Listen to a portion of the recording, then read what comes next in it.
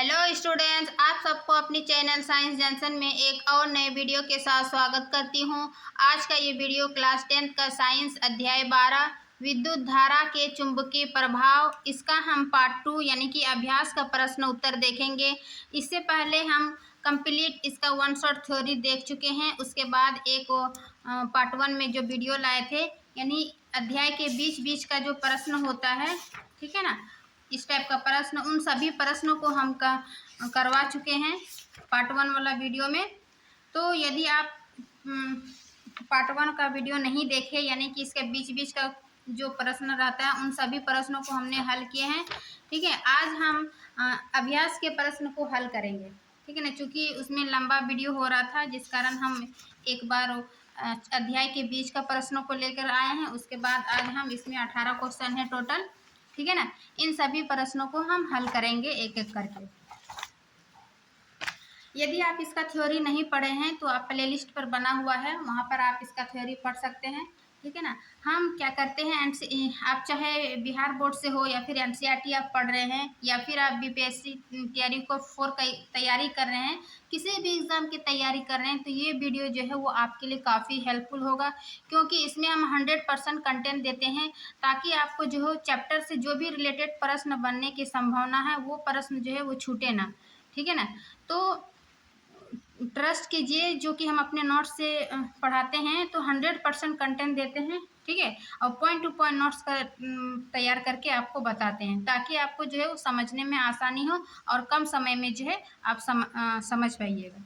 ठीक है ना, तो चलिए शुरू करते हैं अभ्यास प्रश्न नंबर 1। ठीक है ना, क्या निम्नलिखित में से कौन किसी लंबे विद्युत धारावाही तार के निकट चुंबकीय क्षेत्र का सही वर्णन करता है? ये ऑब्जेक्टिव है। ठीक है ना, ऑब्जेक्टिव 6 है, उसके बाद सब्जेक्टिव हल करेंगे। तो इसका सही आंसर होगा डी, यानी कि कौन किसी लंबे विद्युत धारावाही तार के निकट चुंबकीय क्षेत्र का सही वर्णन करता है, तो इसका सही आंसर हो जाएगा डी, यानी चुंबकीय क्षेत्र के संकेंद्रीय क्षेत्र रेखाओं का केंद्र तार होता है। ठीक है, दूसरा प्रश्न है कि विद्युत चुंबकीय प्रेरण की परिघटना। विद्युत चुंबकीय प्रेरण हम क्या बताए थे कि किसी कुंडली के कारण धारावाही परिवर्तित चुंबक के कारण जो उसमें धारा प्रभावित हो रही थी, है ना, उसमें एक गैल्वेनोमीटर लगाए थे, जिसके कारण वे विक्षेपित हो रही थी। इससे ये पता चल रहा था कि उसमें जो है वो धारा प्रभावित हो रही थी। तो विद्युत चुंबकीय प्रेरण की घटना जो है, ये 2 का सी हो जाएगा कि कुंडली तथा चुंबक के बीच अपेक्षित गति के कारण कुंडली में प्रेरित विद्युत धारा उत्पन्न करना। वही है ना, कि कुंडली में जो है वो प्रेरित धारा उसमें उत्पन्न हो रहा था, किस कारण? चुंबक कुंडली, धारावाही कुंडली में चुंबक के गुण के कारण। ठीक है ना, तो ये 2 का हो जाएगा सी। फिर तीसरा प्रश्न है कि विद्युत धारा उत्पन्न करने की युक्ति को कहते हैं, यानी कि विद्युत धारा किससे उत्पन्न होती है। तो हम विद्युत मोटर और जनित्र पढ़ाए थे। ये जो विद्युत मोटर और जनित्र है ना, विद्युत मोटर विद्युत ऊर्जा को यांत्रिक ऊर्जा में चेंज कर रही थी। ठीक है, जबकि विद्युत जनित्र जो है वो यांत्रिक ऊर्जा को विद्युत ऊर्जा में चेंज कर रही थी। तो इससे यह पता चलता है कि विद्युत धारा उत्पन्न करने की युक्ति, यानी कि जनित्र जो जनरेटर होगा, यह क्या है, यांत्रिक ऊर्जा को विद्युत ऊर्जा में बदल रही थी, और विद्युत मोटर विद्युत ऊर्जा को यांत्रिक ऊर्जा में चेंज कर रही थी। ठीक है ना, तो 3 का हो जाएगा ए। फिर है 4 नंबर कि किसी एसी जनित्र तथा डीसी जनित्र में एक मूलभूत अंतर यह है कि, देखिए, जनित्र में हम बताए कि 2 प्रकार के विद्युत जनित्र होता है, एक डिस्ट धारा जिसको डीसी बोलते हैं, और एक प्रत्यावर्ती धारा जिसको एसी बोलते हैं। ठीक है ना, तो ये डिस्ट धारा जो था, यानी डीसी जो था, इसके मान हमेशा समान रहता था और दिशा भी, लेकिन एसी में जो है इसका दिशा और मान हम बदलते रहती थी, इसलिए इसको प्रत्यावर्ती धारा कहते हैं। लेकिन इन दोनों में क्या मूल अंतर है कि एसी जनित्र में सर्पी वलय होते थे, इसका स्ट्रक्चर में हम देखे थे कि ये सर्पी वलय होते थे, जबकि डीसी जनित्र में जो है दिक् परिवर्तन होता है। ये मुख्य इसका अंतर है, 4 का डी नंबर। ठीक है, अब 5 नंबर देखते हैं कि लघु पतन के समय परिपथ में विद्युत धारा का मान, यानी लघु पतन कब हो जाता था, जब हमारे विद्युत धारा में विद्युत परिपथ में धारा की मान बढ़ जाती थी, है ना, जिस कारण अतिभारण, ओवरलोडिंग ये सब था, पढ़े थे थ्योरी में। तो 5 का हो जाएगा सी कि बहुत अधिक बढ़ जाना, क्या, धारा का मान। लघु पतन के समय समय परिपथ में क्या होता था, विद्युत धारा का मान बहुत अधिक बढ़ जाता है। फिर 6 नंबर, निम्नलिखित प्रकथनों में कौन सा सही है तथा कौन सा गलत है, इसे प्रकथन के सामने संकेत कीजिए। यानी कि 6 नंबर दिया है कि कौन सा सही है या कौन सा गलत है, उसको टिक करना है, सही, असत या फिर सत्य। ठीक है, तो नंबर 1 है कि विद्युत मोटर यांत्रिक ऊर्जा को विद्युत ऊर्जा में रूपांतरित कर रहा था। अभी हम देखिए कि विद्युत मोटर क्या कर रहा था कि विद्युत ऊर्जा को यांत्रिक ऊर्जा में चेंज कर रहा था, जबकि ये विद्युत जनित्र का सही है कि यांत्रिक ऊर्जा को विद्युत में चेंज कर रहा था, लेकिन ये विद्युत मोटर के बारे में बोल रहा है, तो ये क्या हो जाएगा, गलत हो जाएगा, क्योंकि विद्युत मोटर विद्युत ऊर्जा को यांत्रिक ऊर्जा में चेंज करता है। ठीक है, दूसरा नंबर क्या है कि विद्युत जनित्र विद्युत चुंबकीय प्रेरण के सिद्धांत पर कार्य करता है, ये भी सही है। ठीक है ना, जब हम विद्युत जनित्र पढ़ा रहे थे तो इसका सिद्धांत क्या बताए थे कि यह जो है, देखिए विद्युत जनित्र में यह क्या है, चुंबकीय प्रेरण के सिद्धांत पर कार्य करता है। ठीक है, तो ये क्या हो जाएगा, सही। दूसरा नंबर क्या है, सी नंबर, किसी लंबी वृत्ताकार विद्युत धारावाही कुंडली के केंद्र में विद्युत चुंबकीय क्षेत्र समानांतर सीधी रेखाएं होती, ये सही है। यानी कि किसी वृत्ताकार विद्युत धारावाही वृत्ताकार कुंडली के केंद्र में विद्युत चुंबकीय जो है वो समानांतर सीधी रेखाएं होती। ठीक है, फिर डी नंबर, ये सही है। डी नंबर क्या है कि हरे विद्युत रोधन वाला तार प्रायः विद्युन्मय तार होता है। देखिए, जब हम थ्योरी वाले पढ़ रहे थे कि हमारे घरों में जो विद्युत पथ किस प्रकार का होता है, ठीक है ना, उसमें पढ़े थे कि जो हमारे घरों में जो है 3 प्रकार के तार होते, एक विद्युन्मय तार और एक उदासीन और तीसरा भूतार। विद्युन्मय तार क्या था, धनात्मक था, जो लाल रंग के थे, ठीक है ना, जबकि उदासीन तार ऋणात्मक और वो काला था, और भूतार हरा, लेकिन यहाँ भूतार बोल रहे हैं, सॉरी, हरे विद्युन्मय तार, तो ये क्या है, लाल रंग का है और ये धनात्मक है। तो यहाँ बोल रहा है कि विद्युत रोधन वाला तार प्रायः विद्युन्मय तार होता है ना, जो कि गलत है, जबकि ये क्या है, विद्युत रोधन तार लाल होता है। ठीक है ना, हरा, भूतार हरा होता है, लेकिन ये गलत दिया, तो ये क्या हो जाएगा, गलत, 6 का। अब हम 7 नंबर देखेंगे।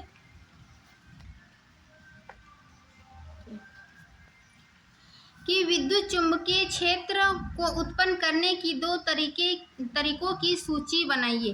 ठीक है ना, कि विद्युत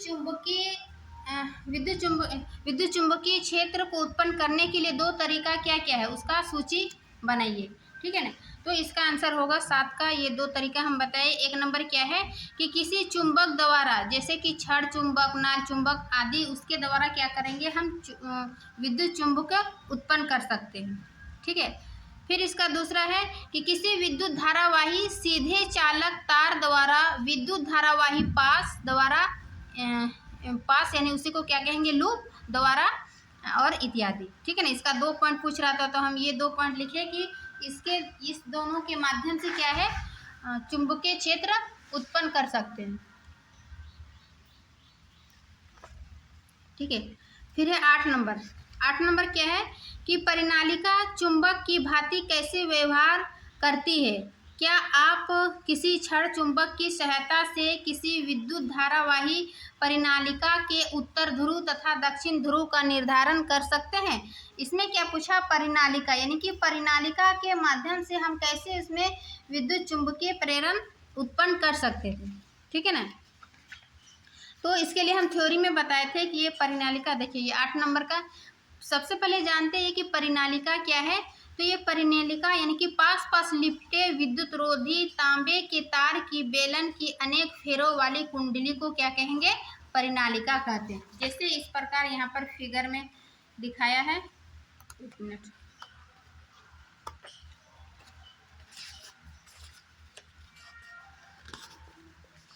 देखिए ये है परिनालिका। ये क्या है, पास पास लिपटी हुई तांबे की तार की बेलना आकार है ना, जो अनेक फेरों वाली कुंडली है, इसी को क्या कहेंगे, परिनालिका।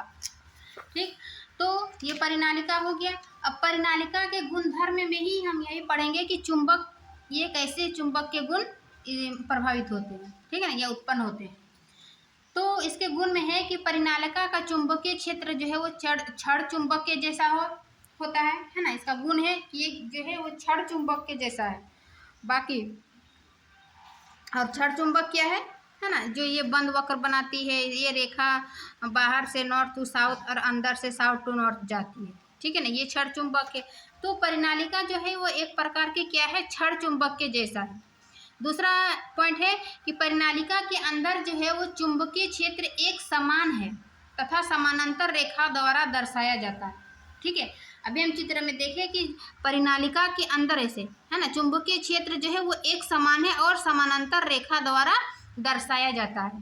फिर इसकी चुंबकीय क्षेत्र की दिशा जो है वो परिनालिका के बाहर जो है वो उत्तर से दक्षिण की ओर जाती है, ठीक है ना, और परिनालिका के अंदर दक्षिण से अंदर की ओर जाती है, यानी कि साउथ टू नॉर्थ। अभी वही छड़ चुंबक में जो बताया ना, देखिए बाहर में उत्तर से दक्षिण और अंदर में दक्षिण से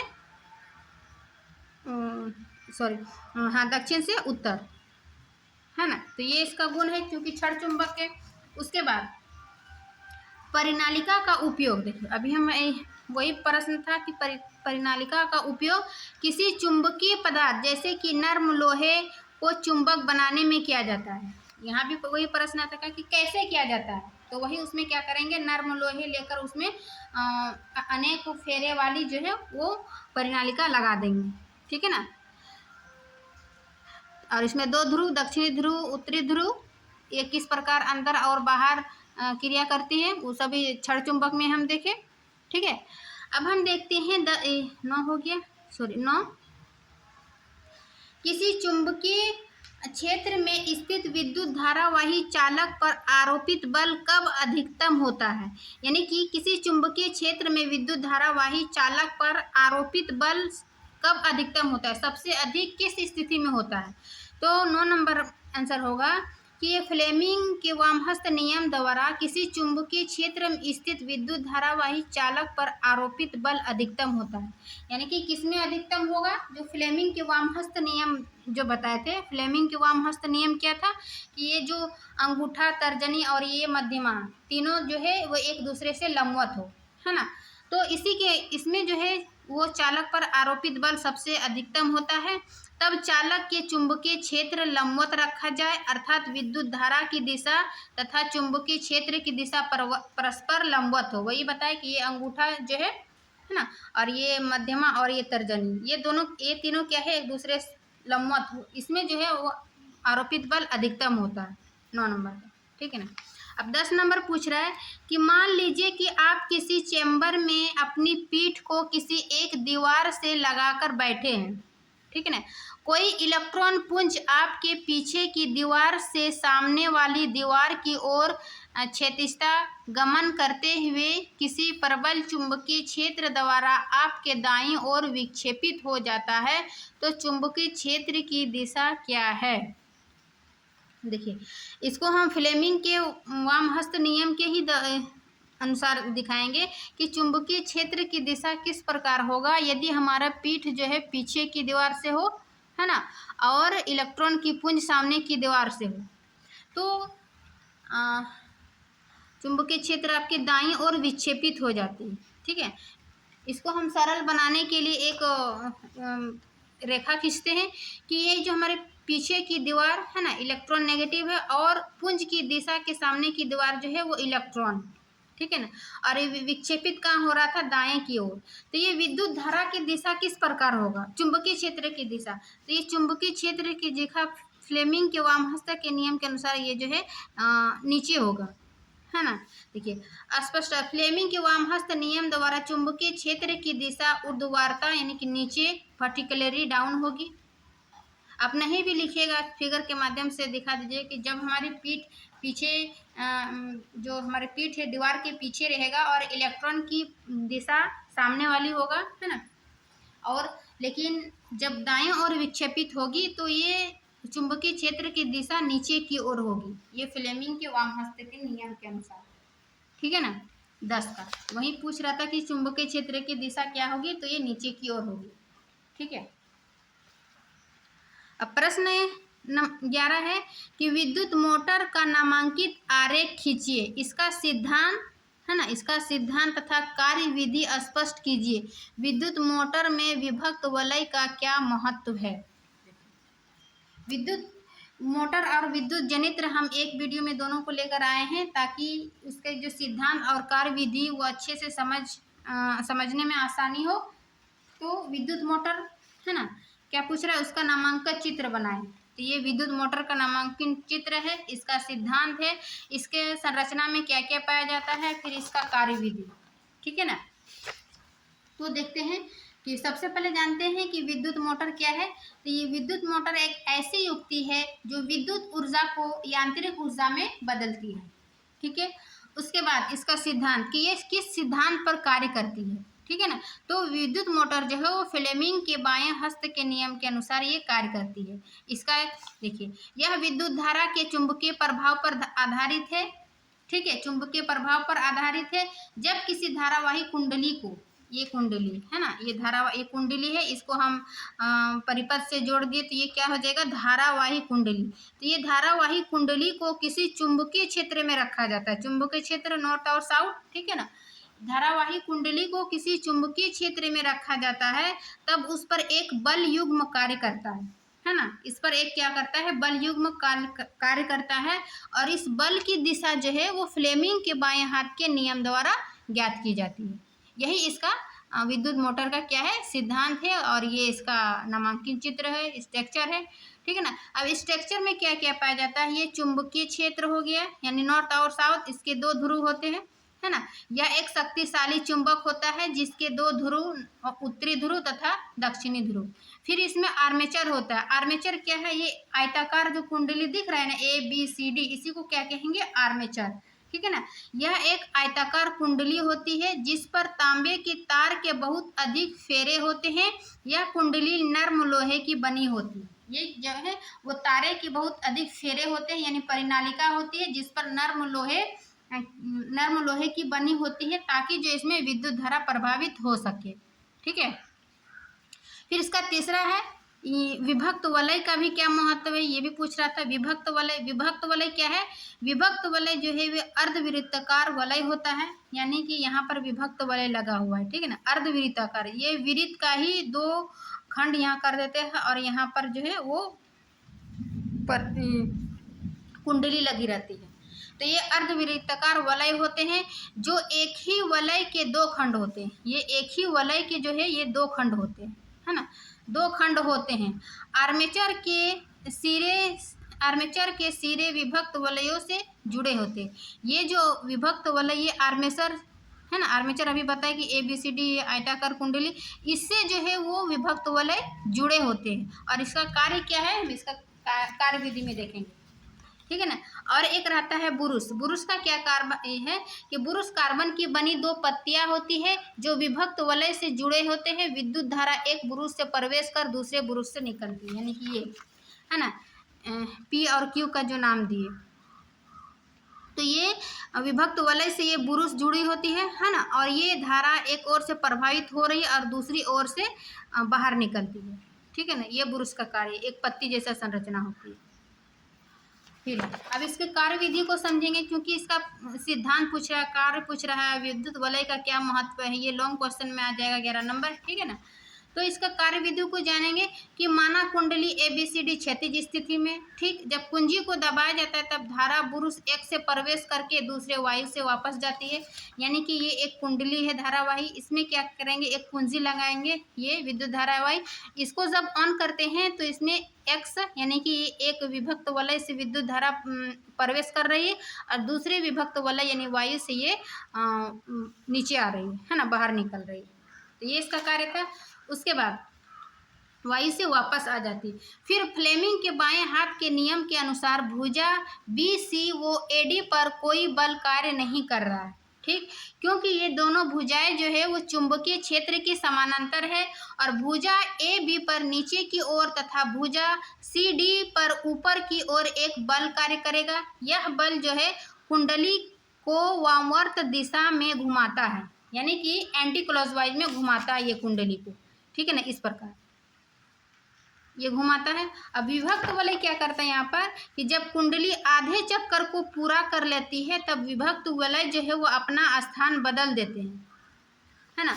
अब ये जो कुंडली घूमती है ना, एंटी क्लॉकवाइज, तो आधे चक्कर के बाद ये विभक्त वलय का जो है वो स्थान चेंज हो जाता है। यदि ए डी ऊपर की ओर, सी डी ऊपर की ओर दिशा थी तो अब नीचे की ओर इसको दिशा चेंज हो जाएगी, है ना। जब आधे चक्कर में क्या होगा, वो विभक्त वलय अपना स्थान बदल लेते हैं। अब भुजा सी डी पर नीचे की ओर तथा ए बी पर ऊपर की ओर बल कार्य करेगा। इससे कुंडली सदैव जो है वामवर्त दिशा में घूमती रहती है, यानी कि एंटी क्लॉकवाइज जब घूमते रहती है और ये आधे चक्कर के बाद विभक्त वलय जो है वो अपना स्थान बदल देता है, ठीक है ना। जो ऊपर की दिशा कर रही थी अब नीचे की ओर करेगा, जो नीचे की ओर कर रहा है तो वो ऊपर की ओर करेगा, ठीक। तो ये थी विद्युत मोटर का सिद्धांत, इसकी ये स्ट्रक्चर है ना, संरचना में क्या क्या और ये इसकी कार्यविधि, ठीक। तो ये विद्युत मोटर समझ गए होंगे। अब 12 नंबर देखते हैं कि ऐसी कुछ व्यक्तियों के नाम लिखे जिसमें विद्युत मोटर उपयोग किए जाते हैं, ठीक है। 12 नंबर का यानी कि विद्युत मोटर किस में यूज किया जाता है, विद्युत मोटर का उपयोग लिखिए। तो यहाँ पर भी हम बताए थे कि इसके कार्यविधि के बाद उपयोग बताए थे। देखिए, पंखा में, वॉशिंग मशीन में, मिक्सर में, ग्राइंडर में, कूलर में, साइकिल में, कंप्यूटर में, आटा चक्की में, जल पंप में, गाड़ियों में, इन सभी में क्या है, विद्युत मोटर यूज किया जाता है। विद्युत मोटर जब भी हम कुछ पुराने सामान को देखे होंगे हमारे घरों में, ठीक है ना, तो उसको उसके अंदर के पुर्जा को देखेंगे, एक मोटर लगी रहती है गोल गोल, है ना। तो यही क्या है, विद्युत मोटर। तो इन सभी मशीनों में जो है, इन सभी उपकरणों में विद्युत मोटर का यूज किया जाता है। तो 12 नंबर यही विद्युत मोटर का ही यूज पूछा था, तो ये लिख देंगे, ठीक है। उसके बाद 13 नंबर क्या है कि कोई विद्युत रोधी तांबे के तार की कुंडली, ठीक है, किसी गैल्वेनोमीटर से संयोजित है। क्या होगा यदि कोई क्षण चुंबक, यानी पूछ रहा है कि कोई विद्युत रोधी तांबे के तार की कुंडली किसी गैल्वेनोमीटर से संयोजित करते हैं तो क्या होगा यदि क्षण चुंबक। जब हम गैल्वेनोमीटर विद्युत चुंबकीय प्रेरण पढ़ा रहे थे थ्योरी में, उसमें से जो गैल्वेनोमीटर लगाए थे तो वो क्या क्या हो रहा था। नंबर 1 पूछ रहा है कि कुंडली में धकेला जाता है, तो इसका क्या होगा। देखिए, 1 नंबर क्या होगा 13 का ए कि कुंडली को जब धकेला जाता है तो कुंडली में एक प्रेरित धारा उत्पन्न होता है, जिसके कारण जो है वो गैल्वेनोमीटर में विक्षेप होता है, ठीक है ना। जब प्रेरित विद्युत धारा उत्पन्न होगा जिससे जो है वो गैल्वेनोमीटर विक्षेपित हो जाता है, 13 का ए। अब दूसरा नंबर क्या है कि कुंडली के भीतर से बाहर खींचा जाता है, कुंडली के भीतर से बाहर खींचा जाता है तो क्या होगा 2 नंबर कि प्रेरित धारा उत्पन्न होगी और गैल्वेनोमीटर में विक्षेप प्रदर्शित होगा, परंतु विक्षेप की दिशा जो है वो पहले के विपरीत होगा। कुंडली में तो विक्षेपित होगा लेकिन पहले की तुलना में जो है वो दिशा जो है विपरीत होगी, क्योंकि ये पूछ रहा है भीतर से बाहर, है ना, बाहर से भीतर नहीं। कुंडली के भीतर से बाहर जब खींचा जाता है तो पहले के ये विपरीत होगी इसकी दिशा, विक्षेपित होने की दिशा, ठीक है। अब तीसरा नंबर है क्या है कि कुंडली के भीतर स्थित रखा जाता है, यानी कि जब गैल्वेनोमीटर को कुंडली के भीतर स्थित रखा जाता है तो क्या होगा, चूंकि चुंबक स्थिर है इसलिए कोई प्रेरित धारा उत्पन्न नहीं होगा। इसका 3 नंबर का एक्सप्लेन है कि चूंकि चुंबक स्थिर है इसलिए कोई प्रेरित धारा उत्पन्न नहीं होगा, अतः गैल्वेनोमीटर में कोई विक्षेप नहीं होगा। जब उसमें धारा ही प्रभावित नहीं होगा तब उसमें गैल्वेनोमीटर क्या होगा, कोई विक्षेप नहीं होगा। गैल्वेनोमीटर का ही यही कार्य है कि उसमें जब धारा प्रभावित होगा तो वो क्या होगा, विक्षेप होगा, है ना, यानी कि वो अपनी दिशा बदलेगी। तो इससे जो पता चलता है कि विद्युत धारा उसमें प्रभावित हो रहा है, ठीक है ना। तो 3 नंबर का ये था, 13 का हो गया। अब 14 नंबर देखते हैं कि 2 वृत्ताकार कुंडली ए तथा बी एक दूसरे के निकट स्थित है, ठीक है। 2 वृत्ताकार कुंडली ए तथा बी एक दूसरे के निकट स्थित है। यदि कुंडली ए में विद्युत धारा में कोई परिवर्तन करे तो क्या कुंडली बी में कोई विद्युत धारा प्रेरित होगा? कारण लिखिए। यानी कि एक वृत्ताकार कुंडली है, यदि इसमें एक ए है एक बी है, ठीक है। यदि ए में विद्युत धारा कुछ परिवर्तन करते हैं तो कुंडली बी में कोई धारा प्रेरित होगा? तो इसका उत्तर होगा हाँ, क्योंकि जब ये वृत्ताकार कुंडली है तो जब इसमें ए में धारा परिवर्तन या जो भी करेंगे, चाहे इसमें विद्युत धारा देंगे या फिर विद्युत धारा कट करेंगे, तो जब भी इसमें विद्युत धारा ए देंगे तो बी में भी तो आएगा, यदि ए कटेंगे तो बी भी कटेगा। तो यानी कि ए यदि परिवर्तन करते हैं तो बी भी क्या होगा? परिवर्तन होगा, है ना। तो इसका कारण बताना है। देखिए इसका आंसर हो जाएगा 14 का कि हाँ, कुंडली बी में विद्युत धारा प्रेरित होगा। क्यों? क्योंकि ए में दे रहे हैं और ये वृत्ताकार है, तो ए में देंगे तो वी भी क्या होगा? विद्युत धारा प्रेरित होगा। जब कुंडली ए में प्रभावित विद्युत धारा में परिवर्तन होता है तो इसके चुंबकीय क्षेत्र में भी परिवर्तन होता है। यानी कि ए में जब परिवर्तन करते हैं तो इसके चुंबकीय क्षेत्र, जहां पर ये चुंबक अपनी ओर आकर्षित करने की क्षमता होगा, वो क्या हो जाएगा? चुंबकीय क्षेत्र। तो बी में भी क्या होगा? चुंबकीय क्षेत्र में भी परिवर्तन होता है, चूंकि कुंडली बी जो है वो कुंडली ए के निकट है, ठीक है ना। कुंडली बी कुंडली ए के निकट है, इसलिए कुंडली बी के चारों ओर भी चुंबकीय क्षेत्र रेखाओं में परिवर्तन होता है, जिसके कारण कुंडली बी में भी जो है वो प्रेरित धारा उत्पन्न होगी, ठीक है ना। इन सभी बातों को जो हम थ्योरी पार्ट में बता चुके हैं। यदि आपको समझ में नहीं आ रहा है तो एक बार आप जरूर थ्योरी वाला पार्ट पढ़ के देखिए, यानी थ्योरी वाला वीडियो वो प्लेलिस्ट पे बना हुआ है, ठीक है ना, ताकि आप जो है समझने में आपको परेशानी नहीं हो। तो ये थी 14 नंबर। अब 15 नंबर क्या है कि निम्नलिखित की दिशा को निर्धारित करने वाला नियम लिखिए। क्या है कि दिशा को निर्धारित करने वाला नियम क्या है? नंबर 1 कि किसी विद्युत धारावाही सीधे चालक के चारों ओर उत्पन्न चुंबकीय क्षेत्र, यानी कि दिशा को ज्ञात करने के लिए किस नियम का प्रयोग करना है ये बताना है कि यदि किसी विद्युत धारावाही सीधे चालक के चारों ओर उत्पन्न चुंबकीय क्षेत्र हो रहा था तो ये किस नियम पर कार्य करेगा। तो 15 का एक हो जाएगा कि ये दक्षिण हस्त अंगुष्ठ नियम का प्रयोग करेगा, ठीक है। दक्षिण हस्त अंगुष्ठ नियम क्या है? फ्लेमिंग का वाम हस्त, फ्लेमिंग के दक्षिण हस्त, वाम हस्त क्या है? इन सभी को हम जो है थ्योरी पार्ट में और फिर जो भी इसका पार्ट 1 में जो बीच का प्रश्न था उसमें भी हम करवा चुके हैं, ठीक है। तो ये हो जाएगा दक्षिण हस्त अंगुष्ठ नियम 1 नंबर का। अब दूसरा क्या है कि किसी चुंबकीय क्षेत्र में क्षेत्र के लंबवत स्थित विद्युत धारावाही सीधे चालक पर आरोपित बल तथा, यानी कि यदि किसी चुंबकीय क्षेत्र में उसके क्षेत्र लंबवत हो और विद्युत धारा सीधे चालक पर आरोपित बल हो तो उस पर किस नियम से कार्य करेगा। तो ये फ्लेमिंग के वामहस्त नियम से इसका जो है ज्ञात करेंगे, ठीक है, 2 का।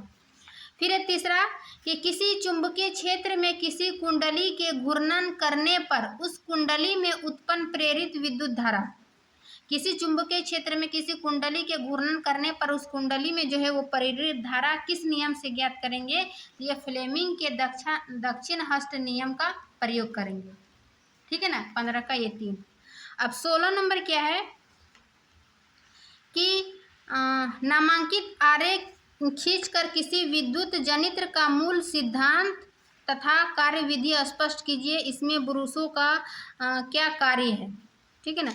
जो विद्युत मोटर में हम 11 नंबर प्रश्न देखे है ना कि विद्युत मोटर का क्या है आरेख और उसका सिद्धांत और उसका कार्यविधि देखे, उसी प्रकार हम यहाँ पर विद्युत जनित्र का देखेंगे, ठीक है ना। कि विद्युत जनित्र का एक नामांकित आरेख खींचिए और उसका मूल सिद्धांत क्या है, उसकी कार्यविधि क्या है, इसमें ब्रूसों का क्या कार्य है। तो आइए हम देखते हैं विद्युत जनित्र, ठीक है ना। विद्युत जनित्र और विद्युत मोटर हम एक ही वीडियो में बनाए हैं, ठीक है। आप यदि देखना चाहते हैं इसका अच्छे से तो वहाँ पर भी आप जाके देख सकते हैं। तो सबसे पहले जानते हैं कि विद्युत जनित्र क्या है, ठीक है। 16 नंबर का विद्युत जनित्र क्या है कि एक ऐसी युक्ति है जो यांत्रिक ऊर्जा को क्या करती है? विद्युत ऊर्जा में बदलती है, और यह विद्युत ऊर्जा जो है वो चुंबकीय प्रेरण के सिद्धांत पर कार्य करता है। ये 2 प्रकार के था, एसी और डीसी। ये एसी जिसका मान हमेशा समान रहता है, इसका मान दिशा और मान जो है चेंज होते रहता है, ठीक है ना, इस प्रकार, इसलिए इसका ग्राफ ऐसे बनता है चेंज, और इसका ग्राफ सीधा बनता है, इसका चिन्ह ये है, इसका चिन्ह ये है। ठीक है, अब ये किस सिद्धांत पर कार्य करता है? विद्युत जनित्र जाने क्या है सिद्धांत, क्या है कि जब किसी बंद कुंडली को चुंबकीय क्षेत्र में रखकर तेजी से घुमाया जाता है तो कुंडली से गुजरने वाले चुंबकीय फ्लक्स जो है वो रेखा की संख्याओं में परिवर्तन होता है, जिसके कारण कुंडली में एक प्रेरित धारा उत्पन्न होती है। इसके हम जो ये संरचना है, ये कुंडली है, इसमें एक चुंबकीय क्षेत्र रखेंगे, जिस कारण जो है इसमें धारा प्रभावित होगा, प्रेरित, ये चुंबकीय प्रेरण के सिद्धांत पर कार्य करेगा। ठीक है, अब इसकी संरचना है कि इसकी संरचना में क्या क्या होता है। तो फर्स्ट नंबर है चुंबक, चुंबक रखेंगे, या एक शक्तिशाली चुंबक होता है जिसके 2 ध्रुव, नॉर्थ ध्रुव और दक्षिण ध्रुव, ये हो गया, ये चुंबक रखेंगे। दूसरा है आर्मेचर। विद्युत मोटर और विद्युत जनरेटर में सेम है, मतलब थोड़ा सा अंतर है, जैसे कि इसका स्ट्रक्चर सर्पी वलय हो जाता है, उसमें विभक्त वलय, ठीक है ना, और उसकी कार्यविधि में थोड़ा सा मतलब अंतर रहता है। ठीक है ना, तो विद्युत मोटर का देखिए, इसमें देख लेते हैं आर्मेचर। इसमें भी आर्मेचर क्या है, एक आयताकार कुंडली ABCD होती है, जो तांबे के तार को क्रोड पर लपेट कर बनाई जाती है, यानी परिनालिका है ना, नर्म लोहे को उसमें बनाई जाती है। अब यह है सर्पी वलय, इसी का कार्य पूछ रहा था। उसमें विद्युत मोटर में विभक्त वलय का कार्य विधि, और इसमें विद्युत जनित्र में सर्पी वलय। तो ये कुंडली के दोनों सिरे पर 2 अलग अलग धातु छल्लों से जुड़े होते हैं, जिन्हें सर्पी वलय कहते हैं। यानी कि ये क्या है कि कुंडली के दोनों सिरों पर, ये इसके सिरा है और इसके ये दोनों सिरों पर क्या है, अलग अलग धातु के छल्ले से जुड़े होते हैं, इसी को क्या कहेंगे, सर्पी वलय, जिसको R1 और R2 डिनोट किए। ठीक है ना, और ये है ब्रूस। ब्रूस क्या क्या है, ब्रूस सर्पी वलय से सदे तांबे की बनी 2 पत्तियों की स्पर्श करते हैं, जिन्हें ये ब्रूस कहते हैं, है ना। ये सर्पी वलय के सामने ये पत्ती जैसा संरचना होती है। ठीक है ना, इसी को क्या कहेंगे, ब्रूस B1 और ये B2। अब इसकी कार्यविधि देखेंगे। कार्यविधि क्या है कि जब कुंडली को चुंबकीय क्षेत्र में इस प्रकार घुमाया जाता है, यानी कि ये कुंडली को चुंबकीय क्षेत्र में इस प्रकार घुमाया जाता है कि भुजा AB ऊपर की ओर, भुजा AB ऊपर की ओर तथा भुजा CD नीचे की ओर गति करे। ठीक है ना, जब ये घूमती है तो AB ऊपर की और CD नीचे की ओर गति करेगी। ठीक है ना, गति करे तो फ्लेमिंग के दाएं हाथ के नियम के अनुसार, फ्लेमिंग के दाएं हाथ के नियम के अनुसार क्या होगा, कुंडली में धारा की दिशा ABCD की ओर होगी। यदि कुंडली में फेरों की संख्या अधिक हो तो प्रत्येक फेरों में जो है उत्पन्न विद्युत धारा संकुलित होकर एक शक्तिशाली धारा का निर्माण करती है। इस स्थिति में बाह्य परिपथ में धारा ब्रूस B2 से B1 की ओर होगी, यानी कि ये जो विद्युत धारा है इसमें B2 से B1 की ओर होगी, और आधे चक्कर के बाद भुजा AB नीचे की ओर तथा भुजा CD ऊपर की ओर गति करता है। यानी ये आधे चक्कर के बाद जो है ये अपना स्थान बदल लेता है, ये सर्पी वलय। और जब जैसे कि CD जो है नीचे की ओर गति कर रहा है तो अब ऊपर की ओर गति करेगा, और AB नीचे की ओर, यानी ये जब स्थान चेंज कर लेती है आधे चक्कर के बाद तो उसकी दिशा भी क्या होती है, चेंज हो जाती है। ठीक है ना, ऊपर की ओर गति करने लगती है। अतः विद्युत धारा की दिशा ABCBA की ओर हो जाती है। धारा की दिशा में परिवर्तन प्रत्येक आधे चक्र के बाद होती है। देखो विद्युत मोटर में भी वही था कि सर्पी विभक्त वलय प्रत्येक आधे चक्र में चेंज होती है, और जिस कारण उसकी दिशा में भी चेंज हो रहा था। ठीक है ना, अपनी दिशा में परिवर्तन करे उसे प्रत्यावर्ती धारा कहे। वही कि जो दिशा और मान में चेंज हो रहा था वो प्रत्यावर्ती धारा है। प्रत्यावर्ती धारा उत्पन्न करने वाली युक्ति प्रत्यावर्ती धारा जनित्र कहलाती है। ठीक है ना, तो यही है प्रत्यावर्ती धारा जनित्र, विद्युत जनित्र। इसके कार्यविधि देखें, इसका स्ट्रक्चर देखें, इसका ये सिद्धांत देखें, है ना, ये किस सिद्धांत पर कार्य करती है, विद्युत जनित्र क्या है। तो इन सभी चीज़ों को हम देख लिए, विद्युत मोटर और विद्युत जनित्र। अब नेक्स्ट प्रश्न है कि किसी विद्युत परिपथ में लघु पतन कब होता है ना, लघु पतन कब होता है। तो इसका हम लघु पतन वाला बताए थे कि किसी विद्युत में लघु पतन कब होता है, जब उसमें ओवरलोडिंग हो जाती है ना। एक मिनट, उसमें लघु पतन हो जाती है। ठीक है, देखो। लघु पतन कब हो रहा था कि जब विद्युतमय तार व उदासीन तार यानी कि धनात्मक और ऋणात्मक तार दोनों सीधे संपर्क में आते हैं तो क्या होता है, लघु पतन हो जाती है, यानी कि उसमें शॉर्ट सर्किट हो जाता है। ठीक है ना, परिपथ टूट जाती है। तो 7 नंबर के लघु पतन कब होता है ये बताना है। तो नंबर 1, परिपथ में प्रतिरोध कम हो जाता है, ये पहला पॉइंट है। दूसरा है कि अतिभारण हो जाता है, अतिभारण यानी कि ओवरलोडिंग हो जाते हैं। जब एक ही सॉकेट से हम बहुत सारे तार को जोड़ देते हैं तो वो अतिभारण यानी कि ओवरलोडिंग हो जाता है, जिस कारण लघु पतन यानी शॉर्ट सर्किट हो जाता है। कई बार तो आग लगने की संभावना भी बन जाती है। तो ये इसका 2 कारण है 17 नंबर का। ठीक है, अब 18 नंबर क्या है कि भू संपर्क तार का क्या कार्य है ना, इसका कार्य बताना है। धातु के आवरण वाले विद्युत साधित्रों को भू संपर्कित करना क्यों आवश्यक है। भू संपर्क हम बताए थे कि भू तार क्या है, यदि साधित्र के धात्विक आवरण से विद्युत धारा का क्षरण होता है तो हमें विद्युत धारा के आघात से ये बचाता है भू तार। ठीक है ना, तो ये क्यों आवश्यक है। ठीक है ना, तो इसका हम 18 का लिखे कि भू संपर्क तार किसी विद्युत परिपथ में सुरक्षा उपाय के रूप में प्रयुक्त होते हैं। पहला पॉइंट कि भू संपर्क तार जो है वो क्यों यूज करते हैं, तो ये जो है विद्युत परिपथ उससे जो है ये हमें सुरक्षा के रूप में प्रयुक्त होते हैं। ठीक है ना, खासकर उन साधित्रों में जिनका आवरण धात्विक होता है। ठीक है, यानी धातु का बना होता है, जैसे कि विद्युत इस्त्री, टोस्टर, मेज, वो पंखा, रेफ्रिजरेटर, कूलर, गीजर आदि। इन सभी में जो है वो भू संपर्क तार होना चाहिए क्योंकि ये धात्विक होता है। धातु के आवरण से संयोजित भू संपर्क तार जो है ये विद्युत धारा के लिए अल्प प्रतिरोध का चालन पद प्रस्तुत करता है।